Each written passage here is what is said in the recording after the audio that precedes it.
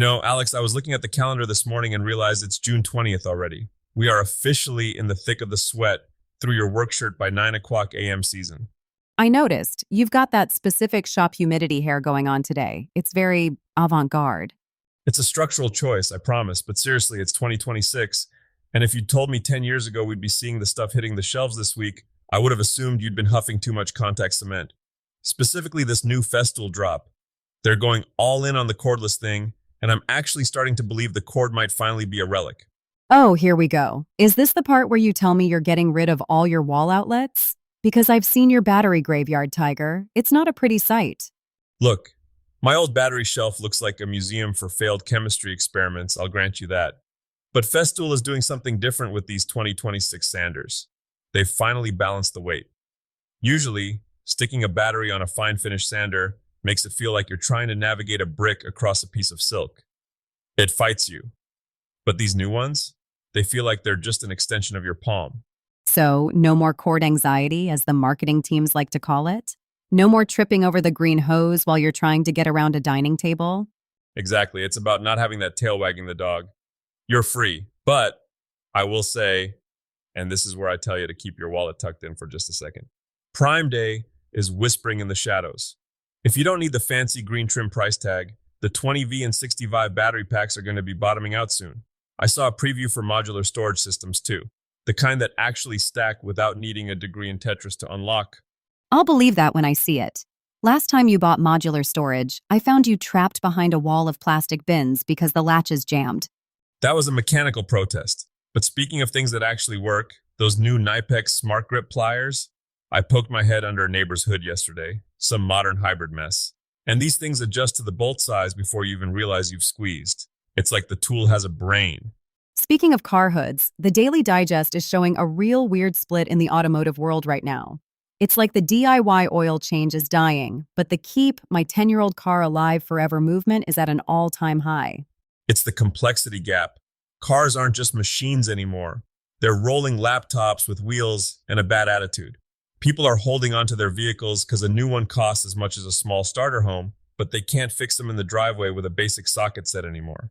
And the report says there's a massive tech shortage, but it's not because people don't want to work. It's the toxic shop culture thing again. Why would a smart kid spend 80 grand on tools to be yelled at by a guy named Sarge in a shop with no AC? Exactly. If you're listening to this and you're thinking about the trades, you have to be the one doing the interviewing. Don't just take the first bay that's open. Find the guys investing in EV certifications and ADAS. That's the advanced driver assistance stuff. The guys who can speak software are basically writing their own paychecks right now. If you're just a parts changer, the robots are coming for you. But if you can diagnose a ghost in the machine, you're golden. He's making sense, people. Mark the timestamp. Hey, I have my moments. It's all about leverage. Same thing applies to the maker mogul side of things. I'm seeing people making an absolute killing right now in home manufacturing. You mean the guys building those $5,000 Murphy beds for people moving into micro apartments? Not just Murphy beds, modular home office pods, custom cabinetry for tiny homes. It's personalized infrastructure. We've moved past the era where everyone wants the same Swedish flat pack bookshelf. People want stuff that fits their specific, weirdly shaped spare bedroom. I saw a guy on the forum last week who was reclaiming old metal roofing from an industrial site and turning it into industrial chic credenzas. He was charging $3,000 a pop, and he's booked out until Christmas.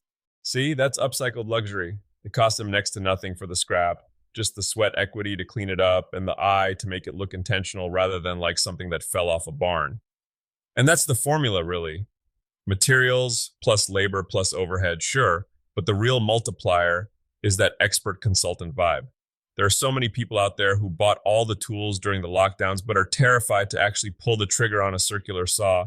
You can get paid just to stand there and make sure they don't cut their thumbs off. So you're saying I should charge you for all the times I've talked you out of experimenting with your table saw?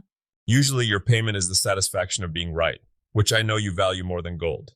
Let's talk projects. You mentioned hardware-free drawers in the digest. Are we really going back to wood on wood in 2026? When we have magnetic levitation slides and soft close everything?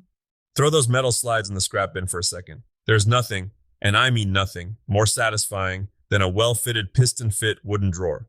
It's like a secret handshake between the maker and the wood.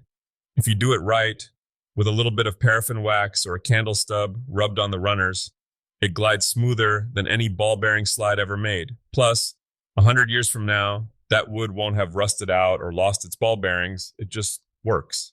Assuming you don't live in a swamp where the wood swells 2 inches every July. Well, that's where the making part comes in. You got to account for the seasonal dance. It teaches you patience. It's like that reclaimed shed project from the Maker channel. They used old metal roofing, but instead of it looking like a hobo shack, they trimmed it out in black cedar.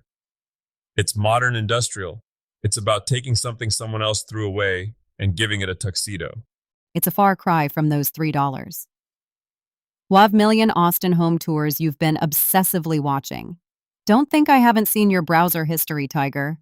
Hey, those tours are research. You look at a multi-million-dollar house not for the square footage, but for the transitions. How does the metalwork meet the stone? How is the lighting tucked into the handrail? That's where the North Star inspiration comes from. You might not be building a mansion, but you can absolutely use that same detail on a birdhouse or a bookshelf.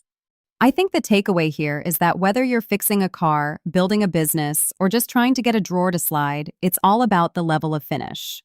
Exactly. Don't settle for good enough, because good enough is usually just a placeholder for I'll fix that later, and we both know later never actually shows up to the shop. Truer words were never spoken. We're out of time, but seriously, go out there this weekend and build something that'll outlast you, or at least something that doesn't fall apart the first time someone leans on it. And maybe keep your fingers away from the moving parts. Just once? For me? No promises. We'll see you back here next time in the den.